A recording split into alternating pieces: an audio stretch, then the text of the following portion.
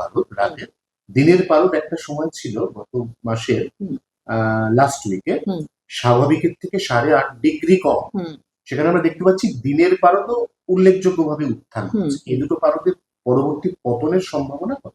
হ্যাঁ, এইটা আমরা এটা আমাদের ফোরকাস্টিংই ছিল যে আবার তাপমাত্রাটা বৃদ্ধি পাবে এবং সেই মতোই তাপমাত্রা বৃদ্ধি পেয়েছে। এবং যদি দেখেন তাপমাত্রাটা মানে আমরা অত্যন্ত শীতের মধ্যে ছিলাম, যেটা ছিল সেটা স্বাভাবিক নয়, স্বাভাবিকের থেকে অনেক নিচে ছিলাম। এখন কিন্তু আমরা আবার স্বাভাবিকে রয়েছি। তার মানে এখন বলা যায় না যে আমরা গরম মানে অন্য বছরের তুলনায় বেশি গরমে রয়েছি। আমরা একেবারেই যে জানুয়ারি প্রথম সপ্তাহে যেরকম স্বাভাবিক তাপমাত্রা, আমরা আবার মানে কলকাতা বা দক্ষিণবঙ্গের বা উত্তরবঙ্গের ক্ষেত্রে যদি বিভিন্ন স্টেশনগুলো দেখেন তাহলে দেখবেন আজকের তাপমাত্রা কিছু কিছু স্টেশনে নর্মালি রয়েছে এবং কিছু কিছু স্টেশনে বিলো নর্মালও রয়েছে। বিলো নর্মাল বলতে 3 ডিগ্রির থেকে বেশি কম সেখানকার তাপমাত্রা, যা স্বাভাবিক তাপমাত্রা তার তুলনায় 3 ডিগ্রি না, 1.5 ডিগ্রির থেকে বেশি কম। 1.5 ডিগ্রি থেকে 3 ডিগ্রি অবধি সেটাকে আমরা বলি বিলো নর্মাল। তো সেইটা রয়েছে 1.5 ডিগ্রি থেকে 3 ডিগ্রি পর্যন্ত নিচে রয়েছে কোনো কোনো স্টেশনে।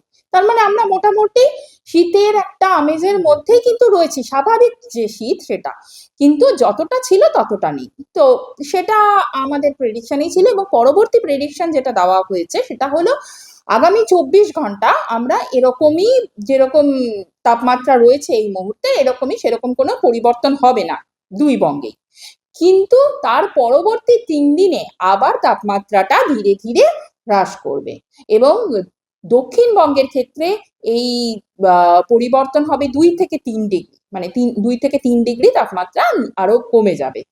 আর উত্তরবঙ্গের ক্ষেত্রে সেটা মোটামুটি 2 ডিগ্রির কাছাকাছি ফল করবে।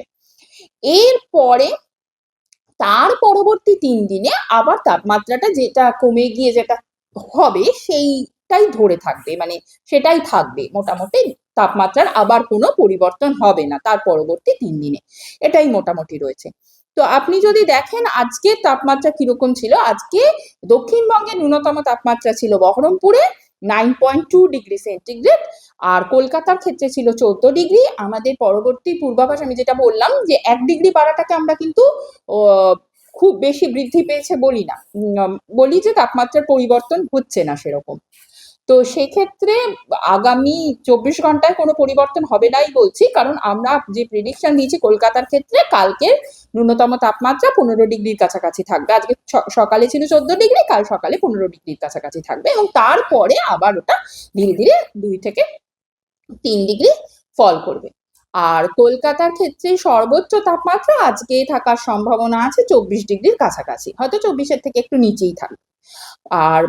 আর কালকে সকালবেলায় হালকা কুয়াশা হওয়ার সম্ভাবনা রয়েছে কলকাতাতে। আর দক্ষিণবঙ্গের ক্ষেত্রে কুয়াশার সম্ভাবনা আগামী 4 দিন হালকা থেকে মাঝারি, আর তার সঙ্গে ঘন কুয়াশার সম্ভাবনাও রয়েছে আগামী 2 দিন। আর ঘন কুয়াশার সম্ভাবনা দক্ষিণবঙ্গের ক্ষেত্রে যে জেলাগুলিতে রয়েছে সেটা হচ্ছে 4 তারিখ সকালে, মানে কালকে সকালে রয়েছে east Bardhaman, east Midnapore, south 24 Pargana, Birbhum, West Bardhaman, Purulia, Nadia, east Bardhaman, north 24 Pargana. এবং আগামী পরশু সকালে মানে 5 তারিখ সকালে ঘন কুয়াশার সম্ভাবনা ওয়েস্ট বর্ধমান এবং বীরভূমে। এবার আসছি উত্তরবঙ্গের ক্ষেত্রে। উত্তরবঙ্গের ক্ষেত্রে ঘন কুয়াশার সম্ভাবনা রয়েছে 4 তারিখ সকালে জলপাইগুড়ি, নর্থ দিনাজপুর, দার্জিলিং, কোচবিহার, সাউথ দিনাজপুর, মালদা। আর 5 তারিখ সকালে রয়েছে কোচবিহার, দার্জিলিং, নর্থ দিনাজপুর এবং 6 তারিখ সকালেও কোচবিহার, দার্জিলিং, নর্থ দিনাজপুরে।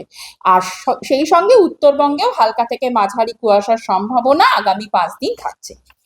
এর সঙ্গে উত্তরবঙ্গে কিছুটা বৃষ্টিপাতের সম্ভাবনাও রয়েছে, সেটা রয়েছে দার্জিলিং জেলাতে হালকা থেকে মাঝারি স্নো হওয়ার সম্ভাবনাও আছে এবং সঙ্গে হালকা থেকে মাঝারি বৃষ্টিপাতের সম্ভাবনাও রয়েছে দার্জিলিং, কালিম্পং ও জলপাইগুড়ি জেলাতে আজকে এবং আগামী কাল রয়েছে শুধুমাত্র দার্জিলিং জেলাতে হালকা থেকে মাঝারি বৃষ্টিপাত অথবা তুষারপাতের সম্ভাবনা, সেটা শুধুমাত্র দার্জিলিং জেলাতে।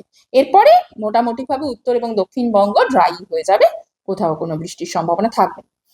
আর মোটামুটি এই পূর্বাভাস আপাতত হয়ে গেছে। ঠিকঠাক, বেশি কথা হয়নি তো?